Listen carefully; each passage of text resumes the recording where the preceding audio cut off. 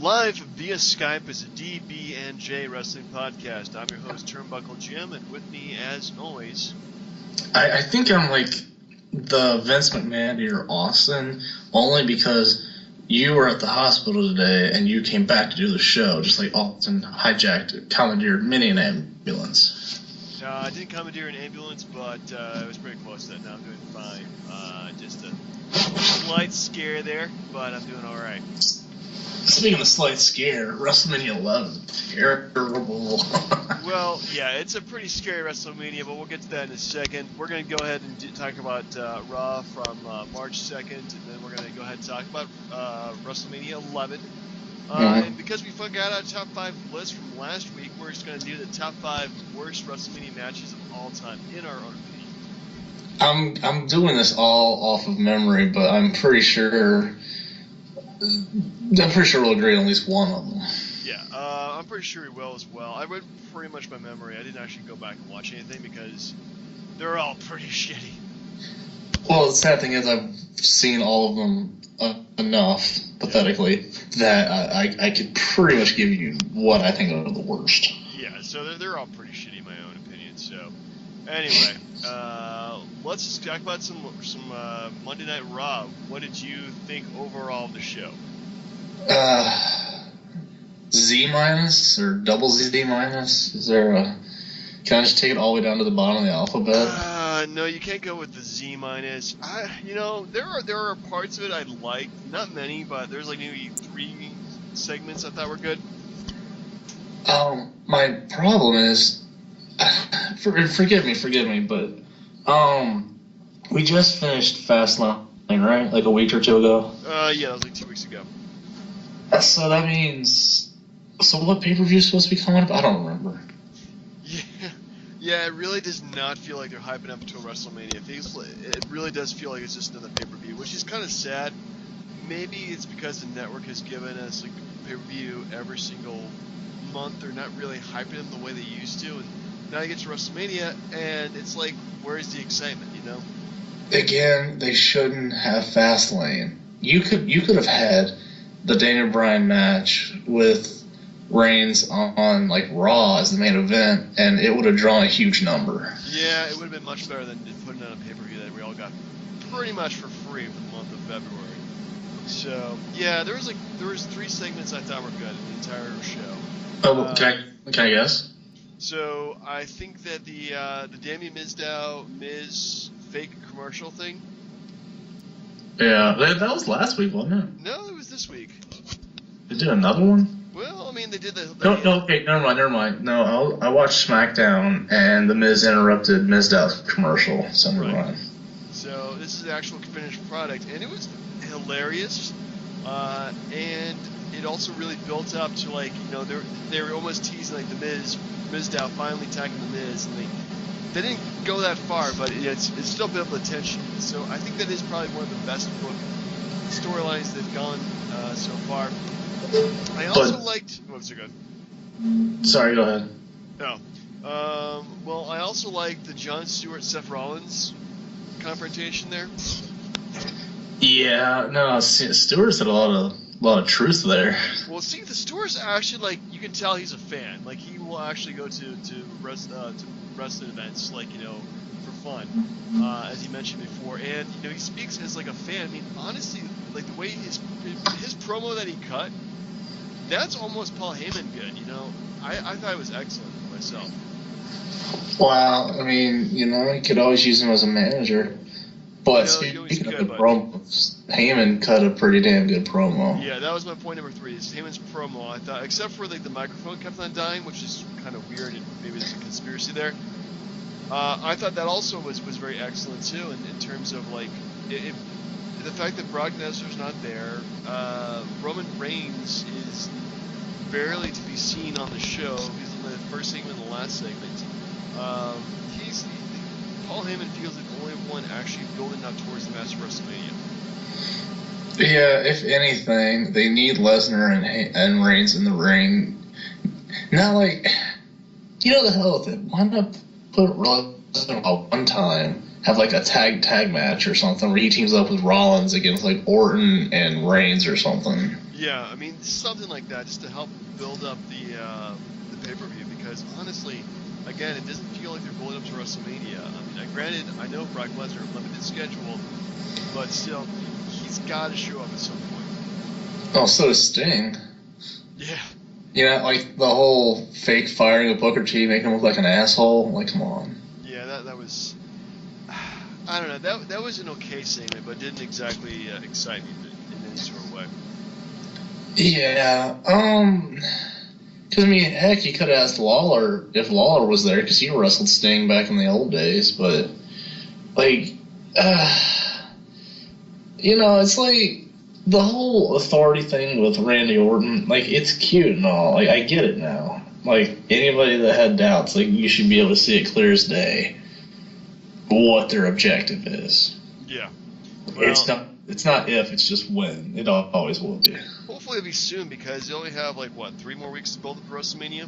Something like that. It's getting pretty damn close, and they really need to have the finalized card, weeks before the event actually happens. So, I was against. I thought, like, give this thing angle a chance, but you know what? They should have done it the old-fashioned way, because these last 2 weeks could have been the Authority just beating down Randy Orton and him, like, or even have that whole can't touch Seth Rollins until WrestleMania where you're fired kind of stipulation or something. Yeah. Something, anything. Like, and I mean, and how many people are they lumping in the Intercontinental title match and the Andre the Giant Battle Royal? Goodness, yeah, the whole Intercontinental title scene has just gotten ridiculous, because I mean they're stealing the belt now. I mean that's lame. I mean, it's an Intercontinental title. You shouldn't steal it from somebody. You got to earn the damn belt. So it's making it look just goofy, if you ask me. Well, it sets up a lot of problems. One thing, lazy booking, because Daniel Bryan shouldn't be in the match. Agreed. Because if he loses, the fans will shit on the match and on the whole review. If he wins, it's still going to get shit on, because it honestly should go to Dean Ambrose. Yeah, he's the one who really deserves the belt. The whole thing with the belt being passed around and Bad News losing every match, it means he's going to win the match at WrestleMania. Like, they've booked it into, like, an almost, well, this is pretty obvious. Yeah, it's kind of sad how predictable their booking is these days. It's... Anyway. I did enjoy Stephanie telling Cena that unless you get the Rusev rematch, WrestleMania doesn't need you. Yeah, that was pretty cool. I mean, it definitely put his position in the company very clear, and it did also, add that extra tension to the whole booking for the Rusev match. So, hopefully it'll happen. So, because I'm just gonna see, like, John Cena not in WrestleMania doesn't feel like a WrestleMania, Like, well, I mean, I'm fine with that, but I mean, I'm curious what he's gonna do, if he's gonna, like, put Lana up in the AA or something. Yeah, I don't know. We'll have to see, I guess. But again, I'm really kind of annoyed that this is a lot of matches are just kind of pretty much rematches from Fastlane, which is, you don't give us WrestleMania 1 month early. It's freaking ridiculous, man. Indeed. So, letter grade for Raw, I'm gonna give it a C. You're nice. I'll give it a D. D. Oof. I did like the AJ Lee return. The AJ Lee return was pretty cool. I thought that was pretty neat. She's been gone for a couple of months now, at least, right? Since December, yeah. Yeah, that's what it feels like. So, I mean, I wish I could take vacation for 3 months, but Yeah, no, yeah, I got a big problem with how this whole thing's going down, but, we'll just have to watch, see if anything comes up on SmackDown. I think they're starting to put more stuff on there. Yeah, they are. It's actually making me want to watch SmackDown, because they're actually putting the angles in SmackDown and whatnot. We'll have to see. I'll have to see. So. Okay, tell me though, when you saw Seth Rollins doing his Daily Show gimmick, did it not smack of Bischoff and Hogan taking over the Tonight Show? A little bit, but I mean, he didn't actually do it for a whole 15 minutes, and he actually brought Jon Stewart on there really quickly. And most of it was Jon Stewart giving that awesome promo, so I didn't have any problems with it. I'm telling you, Bill O'Reilly's coming. Just wait. That would be just awkward. Anyway, ready to talk about one of the worst WrestleManias of all time? I don't know. Is it top 5 worst? I would easily say top 5 worst.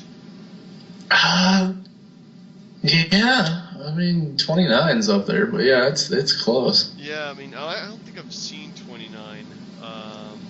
No, wait, did I see 29? That was the Rock Cena 2 and Lesnar. Yeah, I missed Lesnar. missed that. Yeah.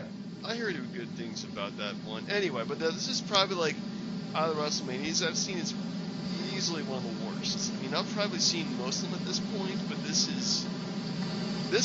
actually feels like the most meh WrestleMania I think I've ever watched. The most what? Meh, M-E-H. Like, it wasn't like horrible like WrestleMania 9, but it felt like they weren't even trying.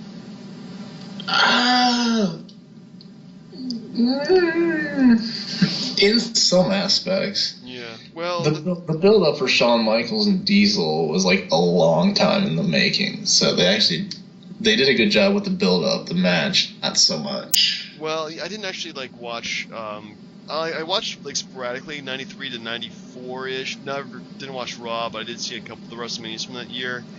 But the whole like new generation era, like I completely skipped that in the WWE for multiple reasons. Yeah, I look back at this time. Seriously, without the NWO, wrestling would have just gone to the toilet. Yeah, I mean, it's a very kind of goofy time if you ask me. It's not as goofy as WrestleMania 9, where there were just bad gimmicks in every single match, but it felt like they weren't really trying in this. But anyway, let's start at the beginning. Allied powers of Lex Luger and British Bulldog defeated the Blue Brothers, a.k.a. the Harris Brothers. A.k.a. Do you know what else? A.k.a. Powers That Be?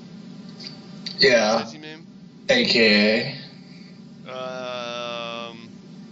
8-Ball and Chains? Yeah, so they were BOA. Yeah. It wasn't Chains, or it was 8-Ball and... Skull and 8-Ball. Skull and 8-Ball, yeah, that's right. Skull and 8-Ball from the Empire. Yeah, look completely different with their heads, like definitely not shaved. I mean, they have beards and long hair, and they're led to the ring by Dutch Mantel, aka Zeb Coulter, and just looking.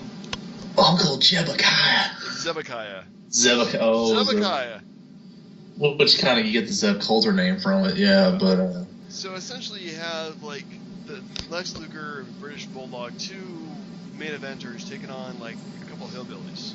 Mm-hmm. That's it. Yeah, you know what, man? You kind of feel bad because, well, for a couple of reasons. One, if you look if you go back a year, Luger was in a main event match with Yokozuna for the title. Right.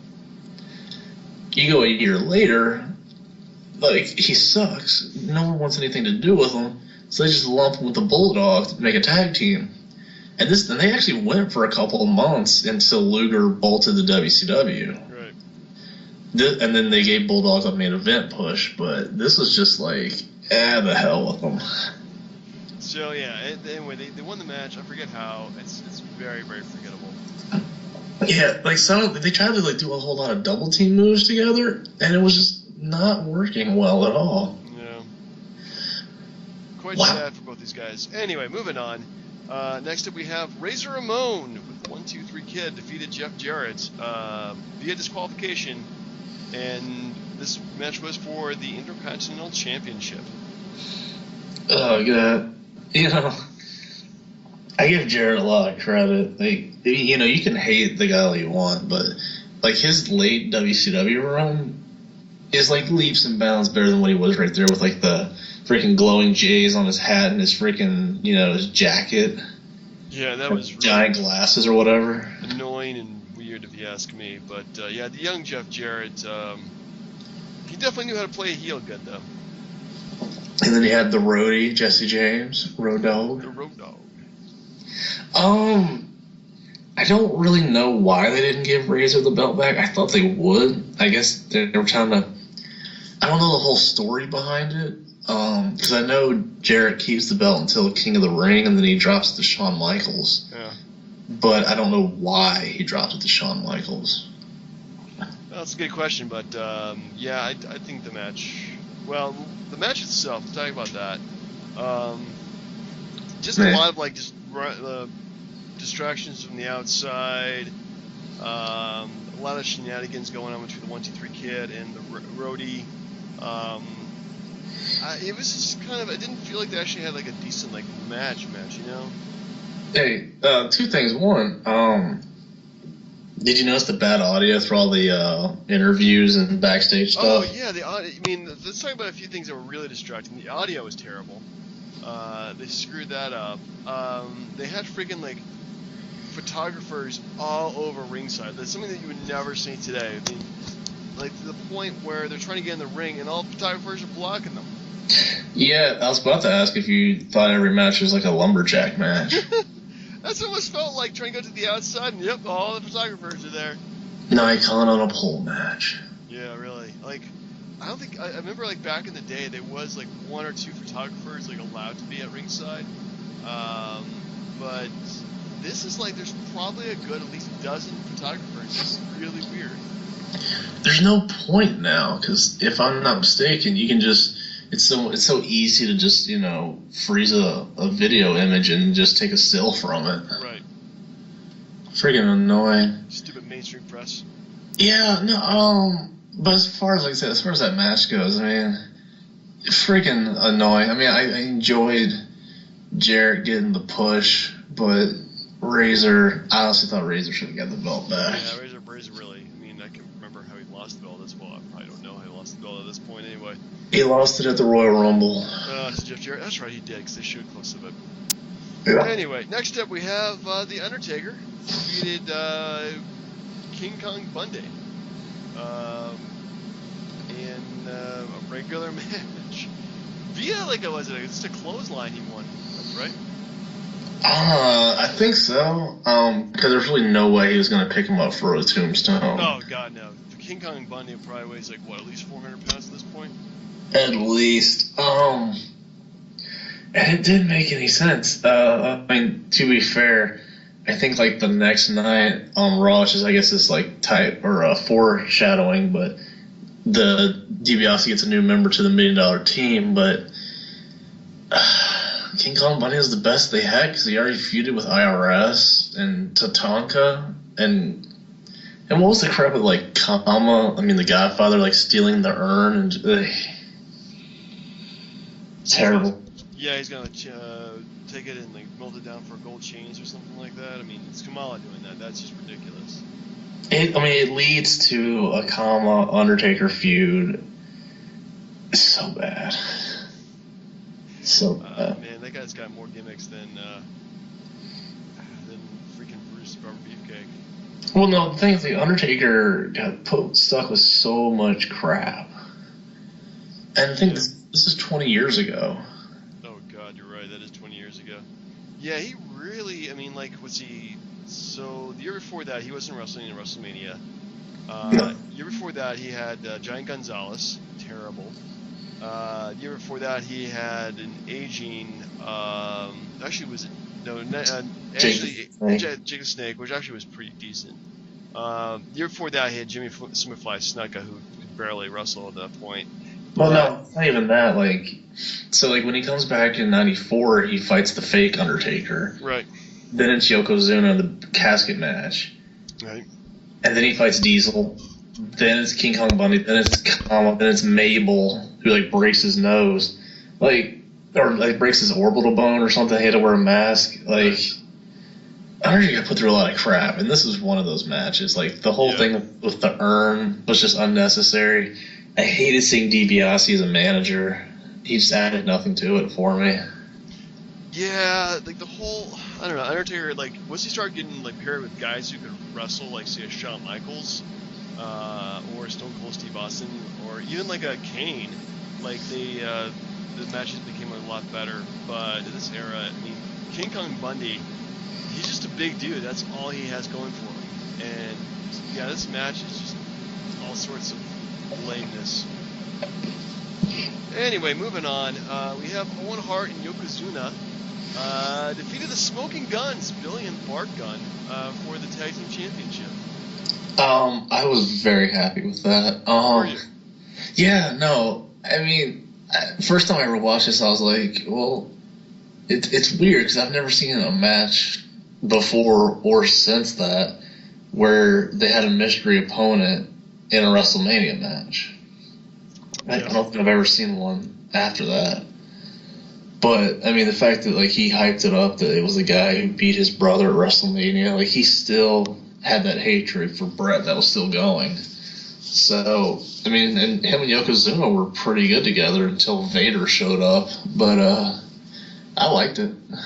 Yeah, I mean, it wasn't a bad match. It's probably one of the best matches they had during the whole pay-per-view. It's actually, was it the first time that Owen Hart won a title?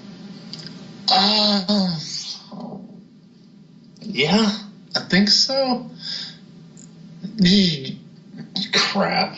Yeah, because he tagged with Brett and Neidhart and Coco Beware, but they didn't win any belts. No, they didn't. He had a team with Yokozuna before he finally won one. But yeah, not a big Yokozuna fan, but a big Owen Hart fan. So I guess it kind of even out. Actually, had smoking guns. God, they. Such a bad gimmick. I mean, where they're cowboys and they won the match. I mean, it's just weird seeing Billy Gunn at this point with smoking guns. Horrible mullets. Just terrible. Oh man. Speaking of terrible, next match we have Bret Hart defeated Bob Backlund. Hey, hold on. Give me a second. Can we take like a 30-second? Yeah, I guess we can take like a 30-second break here as Brian is doing something. I'm trying to think of other stuff they had during the backstage that are worth commenting on. They have Nick something from NYPD Blue showing up, trying to interview Pamela Anderson. Pamela Anderson is nowhere to be found, which is important later on. Apparently, he says that she's left the building or something like that. And then, of course, you have Bob Backlund losing to Jonathan Taylor Thomas. By the way, look up Jonathan Taylor Thomas. These days, the guy has balloons. It's kind of disgusting. And Bob Backlund, speaking of balloon, actually, Bob Backlund looks exactly the same. I think he was born old man. I'm trying to think if there's anything else worth talking about from the backstage area. I mean, they had Lawrence Taylor's all-pro team of just, I can't even name any players, so maybe Stu McMichaels and some other guys.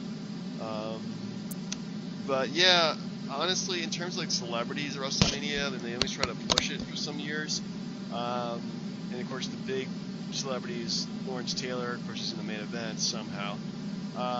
Yeah, this is kind of like a D show because they have like Jenny McCarthy. A D show, D-level celebrities. I mean, Jenny McCarthy. I mean, I guess she was kind of big at the time. Oh man, she was smoking hot, man. She was smoking hot. I mean, this is before she became all anti-vaccination or whatever. I mean, I still do her. I don't care about her opinions. I'm not trying. Probably gonna get measles if you do her.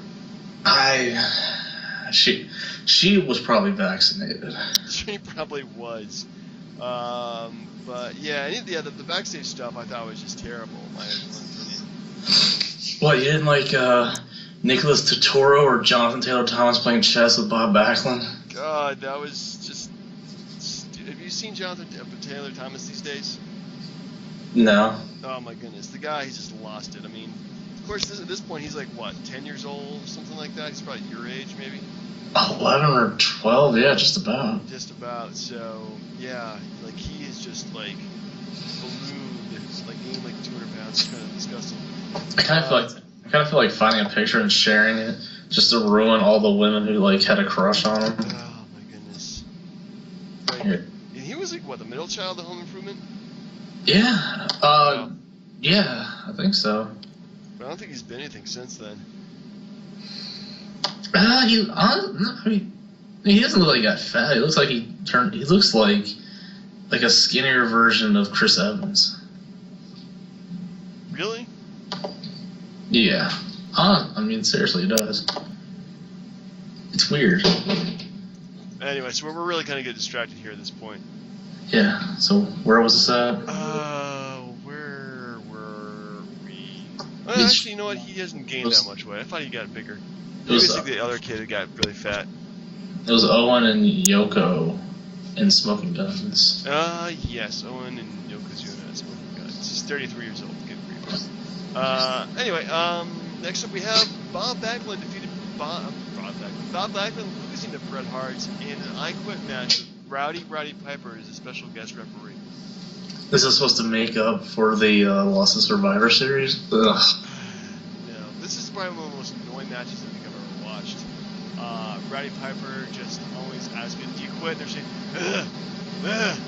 Well, like, in Bret's book, he talks about how this was his worst Mania match, like, worse than his Yokozuna match. Like, it was just no real build-up. Like, the fans didn't care. The match itself was just bad, and Piper sucked. He's like, you want to quit? What about you? It was like any sort of technical match these guys could have put on was just completely taken away from Piper being annoying as crap.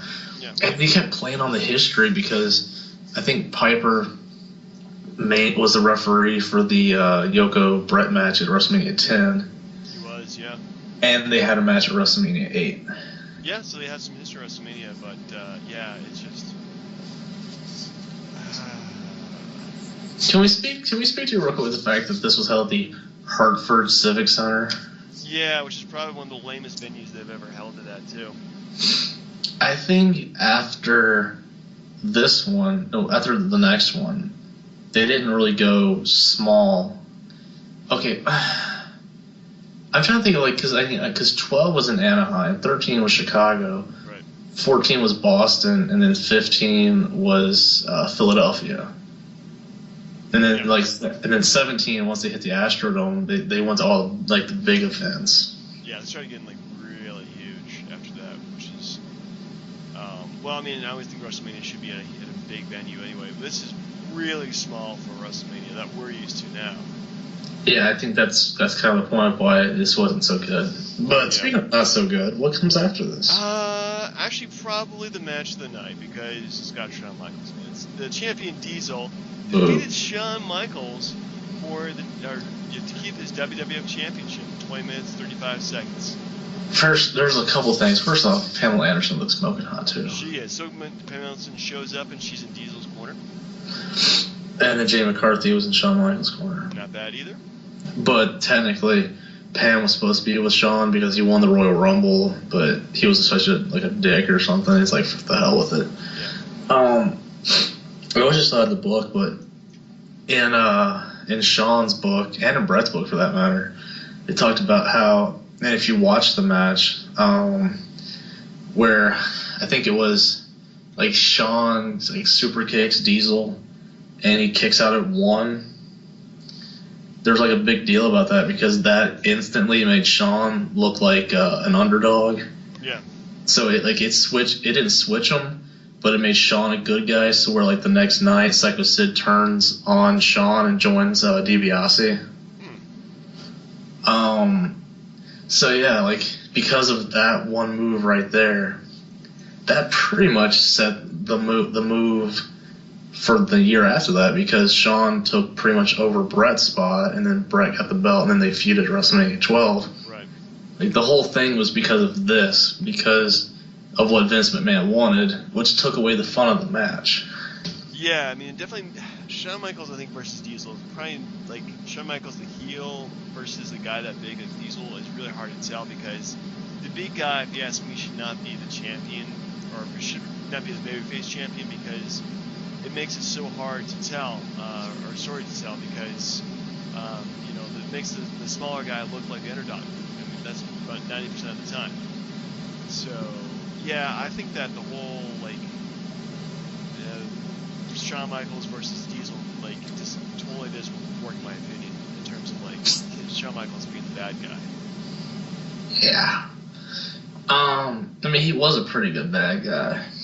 But, I think his DX stuff was better, though. Oh, yeah. But, I mean, comparing this time to the year after, where he's like, the boyhood dream comes true, and that was just too much babyface. It was. It just got really, really babyface really fast. Yeah. Anyway, let's go to our main event with Lawrence Taylor defeated Bam Bam Bigelow. Pat Patterson is a special guest referee at 11 minutes 42 seconds. Do we have the Monday Night Football music, dun dun dun dun dun dun dun dun? I don't know. I'm trying to not make jokes about 16-year-old prostitutes and cocaine abuse. Oh, or the fact that he broke Joe Theismann's leg. Yeah. Yeah, that's fucked up. It No. is. I mean, decent build-up, and I mean, if anybody doesn't do the favors, it was Bam Bam. You know what? You can look back at other celebrities that have been in the ring, and I mean, you could always say like Arquette or Jay Leno or Karl Malone or Rodman, but Menuno's, whatever. But Taylor put up the best performance I've seen him, even over Mr. T, maybe. Yeah, he definitely had. I mean, he definitely showed that he was trained for the match. He actually, in terms of a match itself, it's not bad. I just wouldn't put this as the main event, though.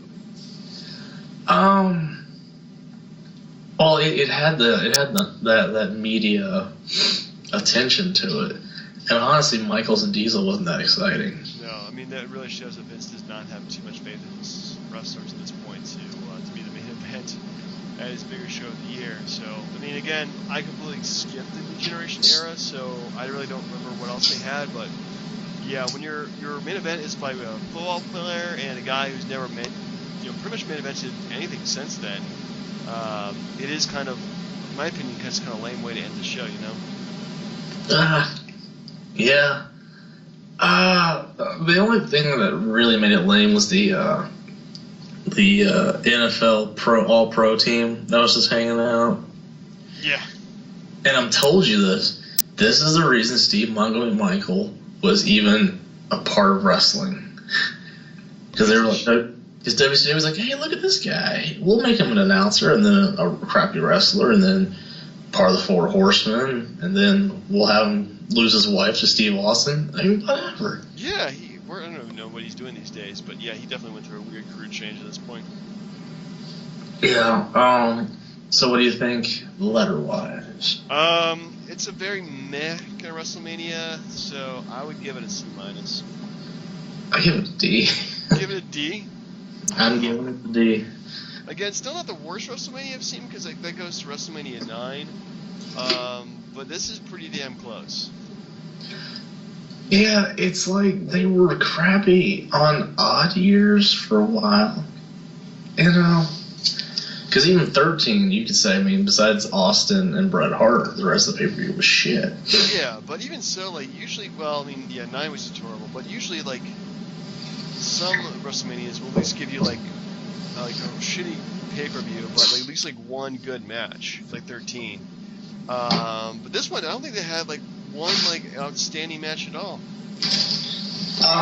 Agreed.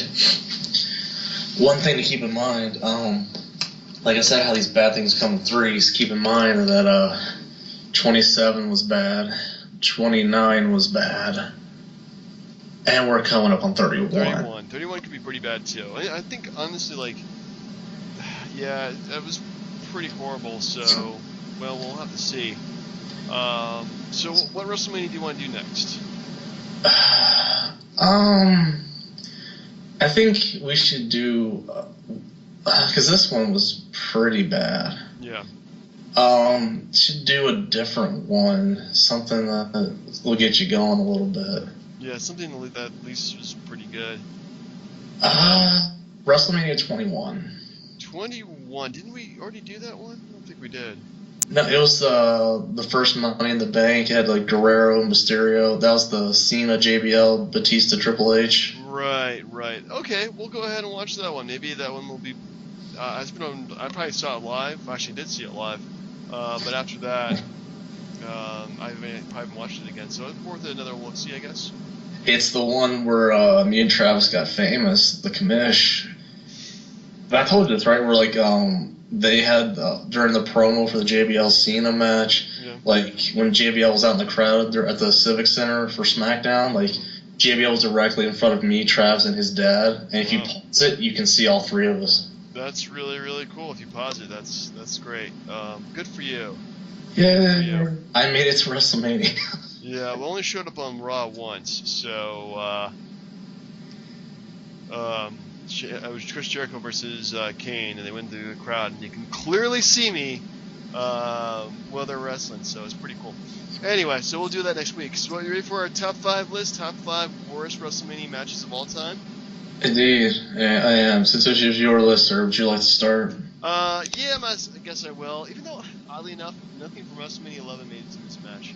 But I'm gonna go with my number 5, my most recent pick, Sheamus versus Daniel Bryan from WrestleMania 28. Wow, I don't know if you can count that as a match, though. That's the whole point. The match lasts less than 30 seconds. It's a complete squash, and it's a championship match, or world championship match for that too. It's just terrible the way they played it off, and apparently they did this only so they give more time to Lawler versus. No, wrong WrestleMania. You're thinking 27. Am I thinking 27? I think I had the wrong one. Okay, so WrestleMania 27. But anyway, so it's that one. To be fair, Sheamus did fight Daniel Bryan at 27, but it was like the pre-match, and it was like a lumberjack match, but 28 was like the 12-second world title match. Right, that's what I meant. 20 WrestleMania 28, the match from that. That's 12 seconds. Where he kisses AJ and then turns around for a bro kick to the face. Yeah, it's just terrible. Yeah, they said it was because they wanted shock value. If anything, it just diminished everything Daniel Bryan did at that point. Yeah. And the funny thing was, the next pay-per-view, they did a 2 out of 3 falls. I'm like, so what? Is this going to last a minute now? Like, good lord. That's a good choice, sir. Very good choice. Thank you. What's your number 5? Kane and Great Khali from WrestleMania 23. Ooh, good choice. Anything with Great Khali's got to be horrible in it. Yeah, this is when they were trying to build him up to, like, feud with Cena for the title. And Kane just came off that See No Evil movie.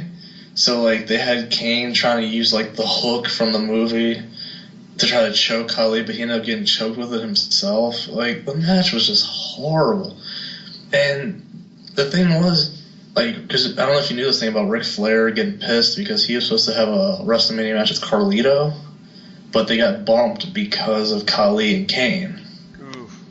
And I don't know that would have been a better match, but this one was fucking terrible. Anything's better than the Great Khali, man. Anything. You know what? If we had a worst match of all time, they had a triple threat once. It was like Batista, Kane, and Great Khali for the world title. Ugh. It's even worse. Yeah. There you go. Anyway, I'm going to go with, okay, so kind of the same big man genre. I'm going to go with my number 4 is The Undertaker versus Giant Gonzalez, WrestleMania 9. Oh, man, I thought that was a 5-star classic. I mean, it's probably The Undertaker's worst win of all time because apparently he gets, like, because by disqualification, Giant Gonzalez can't wrestle with a leg. His costume is just bizarre, like a body painted on, like, muscles and whatnot. Yeah. Did you watch the ending? I think it was like Undertaker was, like, knocked out by ether or something. Either chloroform or just, it's so bad. It makes no sense whatsoever. No, it doesn't. And but you got to give him credit. That's like his best performance other than Shawn Michaels because she had to carry that ass through like 10, 12 minutes. I don't know how long the match was. Something like that, but it's just too damn long if you ask me. Agreed. That was a great choice. So my number 4 is Booker T and Boogeyman from WrestleMania 22. Oh, just the name sure the Boogeyman ruins the whole experience for me. But yes, please go on. It just had no place because like to give them credit, they had built up the feud for like 3 months, where he kept like terrorizing Charmel and putting worms down her dress in her mouth or something. It's just creepy as all hell. But when you get down to it, like soup to nuts or whatever expression you want to use, Boogeyman can't wrestle, could never wrestle, and as much as Booker T was trying to help him as a bad guy, there's just nowhere to go with that. It just flat out sucked. It was horrible. Bad. I'll take your word for it. So my next match, and I use quotations, isn't actually a wrestling match. And again, it's another really fast, crappy match. WrestleMania 15, Bart Gunn versus Butterbean. I like it. Yeah. If you ever watch this match, it's painful to watch because Butterbean, professional boxer, versus Bart Gunn, who professional wrestler, who won their Brawl for All tournament. I mean, he gets clobbered in less than a minute, and it's just a painful thing to watch because it's actually a boxing match. Like this, no kayfabe here. Butterbean just beats the shit out of him. The thing that really got me about that, I always wonder, because I think Billy Gunn was like the hardcore champ going into WrestleMania 15, and I always wonder if he saw it and he's like, dude, I was the Shawn Michaels of that team. Like, Bart Gunn was the Marty Jannetty, without a doubt. He got the crap knocked out of him. Yeah, he really did. I don't think he actually showed up actually, I don't think he saw him in professional wrestling since then. Yeah, no, it was pretty bad. Good choice. Very good. So number 3 is Hunter Hearst Helmsley versus Ultimate Warrior from WrestleMania 12. Ooh, another squash match. Yeah, and I mean, I guess the whole thing behind it was like Triple H is still in trouble for the whole hugging in the garden thing or whatever. But no, I think the hugging in the garden happened after. Oh, I think you're right. Because that happened in May. This is April-ish. Yeah, but then so Warrior was just coming back because WCW was kicking their ass in the ratings, and then he's just like, yeah, I need the Warrior to go over big time, squashes the hell out of Hunter, and then he leaves like 3 or 4 months later because he got fired again. Yeah. They wasted that, and as much as I like seeing Triple H get squashed, that match was just it did nothing for me. Well, hopefully, I mean, I guess it kind of shows that Triple H is able to rise above that and be squashed and be able to go back and become the dominating champion that he became. Guess it helps that you knew the boss's daughter. Yeah, well, go figure. Anyway, my next choice is actually another non-wrestling match. Yeah. Well, actually, I go back. It is another. Well, it's a wrestling match. It's just again not a professional wrestling match. It's a sumo wrestling match between Akibono and Big Show, WrestleMania 21. Oh, I forgot about that. Yeah, Big Show in a thong, people. That's what you're gonna get. Yeah, I'm gonna get that next week. Enjoy. Yeah, enjoy that match there, Brian. Yep. So yeah, definitely, and I think they pretty much did this for realsies too. And Big Show kind of gets his butt kicked. Well, he doesn't really have a whole good history at WrestleMania. No, it's WrestleMania. I don't think he's won a single match at WrestleMania, to tell you the truth. He beat Cody Rhodes. No. At 28, but that was it. Well, good for you. Next up for you. Man, I just had it, and now, I gotta draw the blank so bad. So we gotta write your list. No, actually, I'm sorry. It is Brock Lesnar versus Roman Reigns, WrestleMania 31. I'm already calling it. You're already calling it one of the worst matches ever. No, but I give credit to his predecessor, Lesnar versus Goldberg. Ooh. No joke. And at the time, I didn't know that Goldberg was leaving or that Lesnar was going to the NFL until the fans made it clear, very clear, that both guys sucked during the match. And the match sucked. Even Steve Austin, being the referee, did not save it from being a complete bore fest. And they knew it. They tanked it on purpose. There's no getting around it. It sucked horribly. Yeah, it was so bad that I actually made that 9 number 1. Oh, yeah? Yeah, because honestly, it's boring, it's disappointing. They just locked up for a minute, then locked up again. And then, Goldberg hit, his jackhammer on him. And then Steve Austin gave everybody stunners, and that was it. Yep. Yeah, it's a pretty horrible. I mean, I think WrestleMania 20, I thought overall, that was kind of disappointing, including that match, and there were some other matches too that I thought were not that great from the WrestleMania. Mm-hmm. And also, it's really hard to watch again too, for the obvious reason. Indeed. So what's your number 1? I don't have a match because I'm using the entire WrestleMania 9 as my number 1. Oh, and you know what? That's not a bad choice. Okay, let's see if I can remember. Let's see. I mean, you already said the Undertaker match. Right, or the Undertaker match. And then you had Yoko, Bret Hart, and then Yoko Hogan. Yeah. Yeah, it's Razor Ramon and Bob Backlund. Yeah. The narcissist Lex Luger versus Mr. Perfect. The Steiner Brothers versus the Head Shrinkers. Ugh. And then you can't forget the classic, the one that opens the show, the Steal of the House, Shawn Michaels and Tatanka. And then what was the other one? Hogan and Beefcake versus Money Incorporated. Yeah. Oh, wait. Hold on, there was another one. Oh, yeah, Crush versus Doink the Clown. Doinks the Clown. Doinks, that's right. That's Two right. Doinks, yep. Yeah, so each and every one of those matches is a number one match. So even to give Shawn Michaels credit, Tatanka was horse crap. So every match on that pay-per-view, terrible. So WrestleMania 9 is the number one worst match of all time. Yep, no arguments there, actually. I think everything just completely sucked. Holy crap.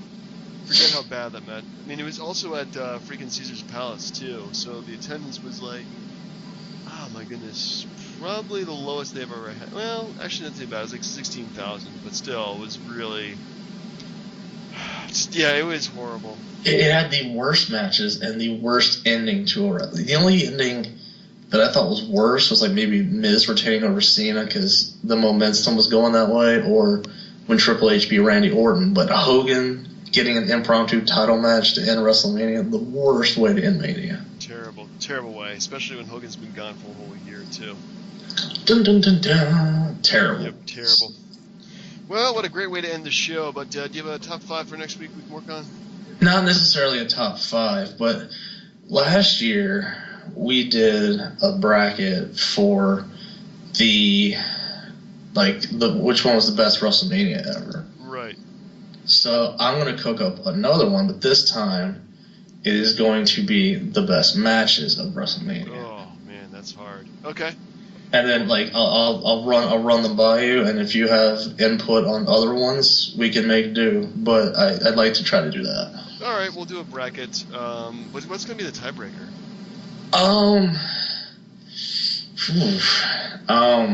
Well, whoever's got the highest waiver wire request.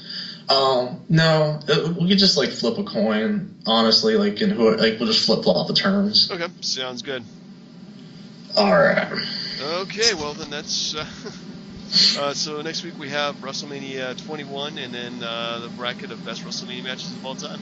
And you know what? I'm going to, and please remind me of this. Watch NXT tomorrow. Dude, watch NXT. Yeah, not enough can be said about NXT and how great it is in terms of wrestling show. Especially because Samoa Joe's supposed to be signing there pretty soon. Is he? Yeah. I did not see that rumor yet. Well then. Samoa Joe in NXT. Interesting. They already have Rhino and the Brian Kendrick joined them, so. That's right. Anyway, so for the DB&J Wrestling Podcast, I'm Turnbuckle Jim. Fast Count Brian, have a great week.